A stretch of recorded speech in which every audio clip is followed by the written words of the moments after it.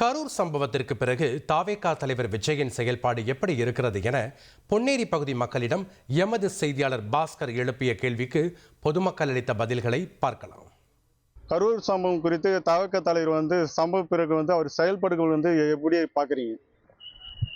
யாரும் ஒரு எதிர்பார்க்காத ஒரு விஷயம் தான் நடந்துருச்சு. பட் அதுலேருந்து அவர் வெளில வரணும்னு நினைக்கிறேன். வந்து மக்களை சந்திக்கணும். ஏன்னா இப்போது அரசியல் வந்துட்டாவே, பொது வாழ்க்கையில் வந்துட்டாவே மக்களை சந்திக்கணும், எல்லாரையும் பார்க்கணும், போகணும், நல்லது கெட்டதுக்கு எல்லாருமே வரணும், போகணும். அவர் இப்போ பயந்துட்டாருங்க, ஒன்றையும் பேச மாட்டாரு. அதுக்கு முன்னாடி நல்லா பேசியிருந்தாரு. திமுக நல்லா எதிர்த்து பேசினாரு, பாரதிய ஜனதா எதிர்த்தாரு. இப்போ என்ன ஆச்சுன்னு தெரியல. அவர் வந்தால் மக்களுக்கு நல்லா இருக்கும். பரவாயில்ல, வந்தால் நல்லது நடக்கும், எல்லாருக்குமே நம்பிக்கை இருக்குது.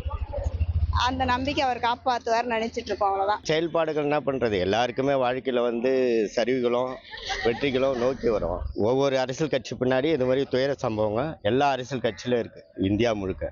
விஜய் செயல்பாடு அன்னைக்கு நடந்த சம்பவத்தில் அவர் மன உளைச்சல் ரொம்ப வெக்ஸாகிருக்காரு. இது எல்லாரும் வெக்ஸாகிற சூழ்நிலை தான்.